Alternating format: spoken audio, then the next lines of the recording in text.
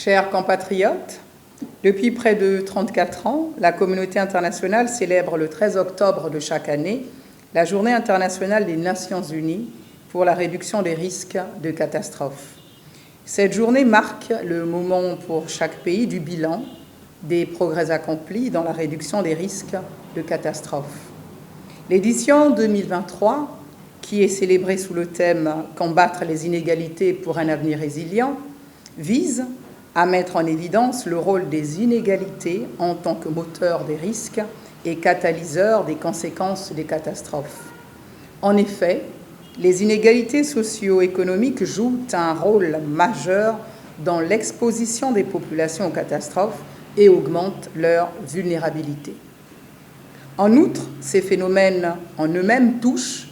de manière disproportionnée les personnes les plus pauvres et les plus exposées aux risques, ce qui accentue les inégalités. Le thème de cette année,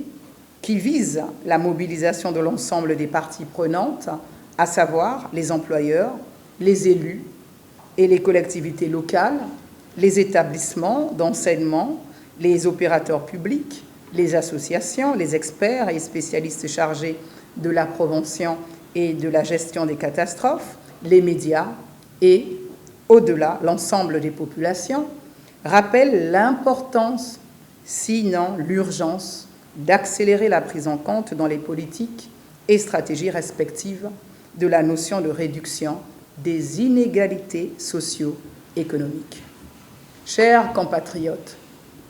les images et les nouvelles déchirantes qui nous parviennent d'autres pays, tout récemment encore du Maroc et de la Libye, où les feux de forêt, les séismes et les inondations les plus meurtrières de ce siècle ont causé des dizaines de milliers de morts et de blessés, sans oublier les pertes matérielles et la dégradation massive de l'environnement et des écosystèmes, nous ont démontré combien les catastrophes sont capables de fragiliser nos États si aucune mesure n'est prise pour en limiter les impacts. Notre pays, la République du Congo, ne fait pas exception à certains de ces événements, car cette journée est célébrée au plan national dans un contexte marqué par la recrudescence des extrêmes climatiques, se caractérisant par la récurrence des inondations, les érosions côtières et pluviales, l'ensablement des infrastructures et de l'habitat, en passant par les sécheresses saisonnières et les îlots de chaleur dont les conséquences se font de plus en plus ressentir sur le plan économique, socio-sanitaire et environnemental. Chers compatriotes, le défi de l'amélioration de la capacité de résilience des communautés à la variabilité du climat et au changement climatique constitue un élément clé des stratégies et des solutions envisagées par le gouvernement de la République et énoncées dans le plan national de développement 2022-2026. Certes, nous ne sommes pas en mesure de conjurer ces menaces qui dépendent pour la plupart du réchauffement climatique, mais nous pouvons en atténuer le contre-coup en sauvant des vies et en faisant de sorte que la reconstruction soit plus efficace grâce au développement du système d'alerte précoce. Chers compatriotes, en ce qui concerne les alertes précoces, la République du Congo a pleinement adhéré à l'initiative officiellement lancée en 2022 par le secrétaire général des Nations Unies, de l'Organisation des Nations Unies, M. Antonio Guterres, lors de la COP27 de Sharm el-Cheikh en Égypte. Cette initiative exige que tous les habitants de la planète soient couverts par un système d'alerte précoce d'ici à la fin 2027. Pour y parvenir, nous devons nous appuyer sur des données précises, produites en temps utile et à coût relativement bas, et surtout recourir à des technologies avancées afin de développer un système de surveillance hydroclimatique et d'alerte précoce plus efficace, tout simplement. Le ministère dont j'ai la charge a ainsi pris l'engagement d'appuyer les services de la météorologie nationale à travers la validation du plan d'action du cadre national des services climatologiques qui a donné lieu à un projet commun de renforcement du réseau des stations agro-météorologiques. Cet acte traduit à suffisance la volonté du gouvernement de renforcer l'adaptation aux conséquences des changements climatiques. Chers compatriotes, pour garantir l'efficacité de nos programmes de développement, le gouvernement a placé la réduction des risques de catastrophe au rang de ses préoccupations, conformément à la vision de son Excellence, M. Denis Sassou Nguesso, président de la République, chef de l'État, qui depuis plus de 30 ans porte tant au plan national, régional qu'international la question existentielle de la protection de l'environnement, du climat et de la biodiversité.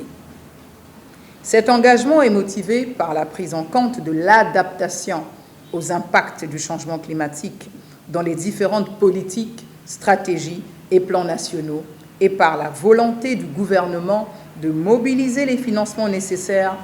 à sa mise en œuvre. La mobilisation des ressources financières adéquates constitue au stade actuel un élément essentiel à l'intégration du climat dans le cadre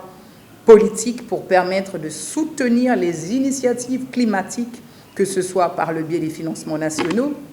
internationaux ou de partenariats publics-privés. Pour ce faire, une étroite collaboration entre États, d'une part, et entre les États et les institutions financières, d'autre part, est indispensable. Cette nécessité a d'ailleurs été soulignée lors de la réunion d'examen à mi-parcours du cadre de Sendai 2015-2030 pour la réduction des risques de catastrophes tenue les 18 et 19 mai 2023 à New York comme élément incontournable pour réduire notre vulnérabilité au changement climatique, pour mobiliser les financements climatiques nécessaires à l'adaptation. Chers compatriotes, l'organisation les 26, 27 et 28 octobre 2023 à Brazzaville du sommet des 3 bassins des écosystèmes de biodiversité et des forêts tropicales est une parfaite illustration du rôle essentiel que doit jouer cette collaboration entre États face aux conséquences dramatiques du dérèglement du climat. Ce sommet visera entre autres les objectifs spécifiques suivants: définir et adopter les grandes lignes d'un schéma de gouvernance mondiale que nous voulons sud-sud prioritairement, signer des conventions de financement avec les bailleurs de fonds multilatéraux et bilatéraux,